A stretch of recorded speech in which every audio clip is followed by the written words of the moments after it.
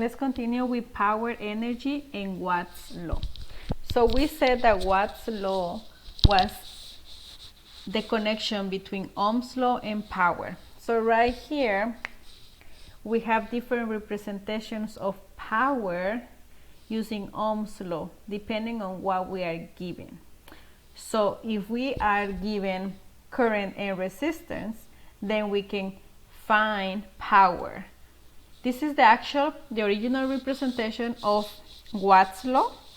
But if we don't have the voltage, we can solve for the voltage using Ohm's law, and then we can plug in here, and that will give us this formula right here. And then if they are not giving us the current, we can solve for current in Ohm's law and just plug in for current, and then we will have this formula right here. So this is very useful when you are solving circuits and they are giving you the voltage or the current only. So you don't have to solve for both of them. You can only use the quantities that you have, and the answer should be the same. And these three representations are called the Watt's law. Remember, the units of power are watts. Okay, so here are some of the applications of the Watt's law. What power is dissipated? Usually when we talk about power, we talk about dissipation of power. Power gets dissipated. What does dissipation mean? It gets consumed to do some work. It gets different electronics heated, as we will see later. So it's always dissipated. So it is like voltage. We have a total power in the circuit, and when we go to the ground, we should have zero power. Everything should be dissipated by all the elements in the circuit. So in this example, it says, what is the power dissipated if the resistor has, it's 27 ohms and the current is 0.135 amps. So we use one of the representations of power where we have current and we have resistance.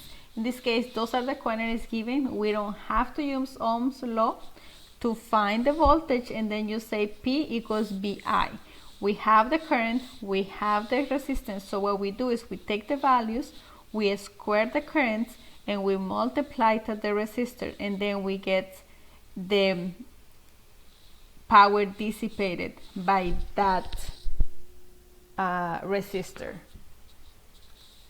Another example here. In this example, they are giving us the current and they are giving us the voltage. What power is dissipated by a heater that draws 12 amps of current and 120 volts supply? So here we use the basic representation. We use a straight multiply them, and then we get the power in watts. Another example here, they are saying what is the power dissipated in a 100 ohm resistor with a 5 volt voltage across it. So right here we have the voltage and we have the current. So in this case we are going to square the voltage divided by the resistor and get the power.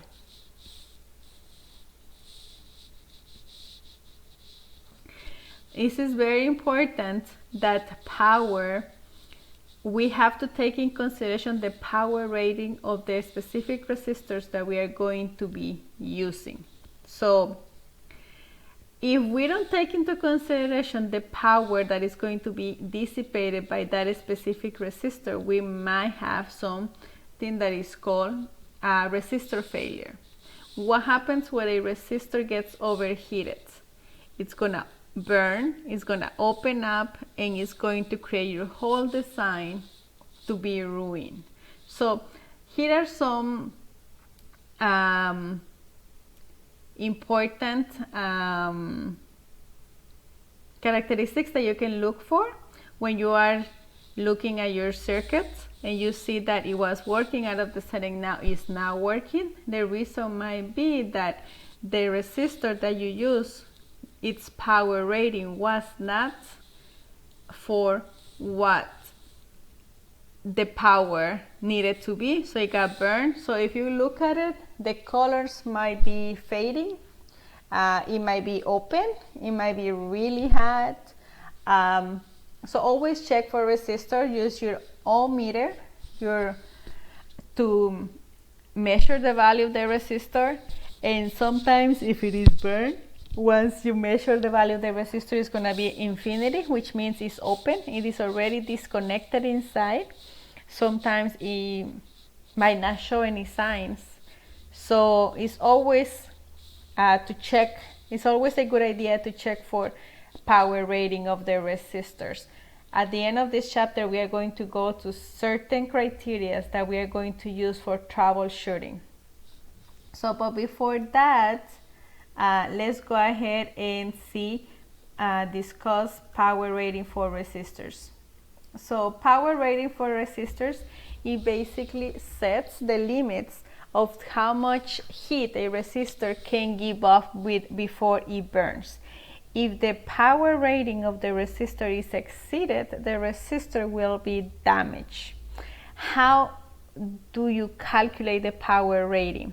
Well, the power rating, you calculate it the same way as what the power of that resistor would be. The only difference is that you have certain ratings for that resistor, so that you can say, okay, this is how much this resistor should be handling. So with the resistor I'm using, it is appropriate for that. It has nothing to do with the value of the resistor, but in the contrary, it has to do with its physical composition.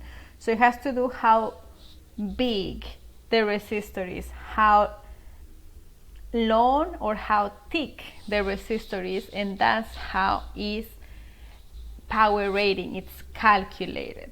So if that resistor is going to dissipate a lot of heat, so that resistor probably needs to be big. If the resistor is going to handle a little heat or a small heat, then the resistor can be very small. And that is very important when you are doing PCBs or the printed boards, to be mindful of the value of your resistors, how much power that little resistor is going to dissipate.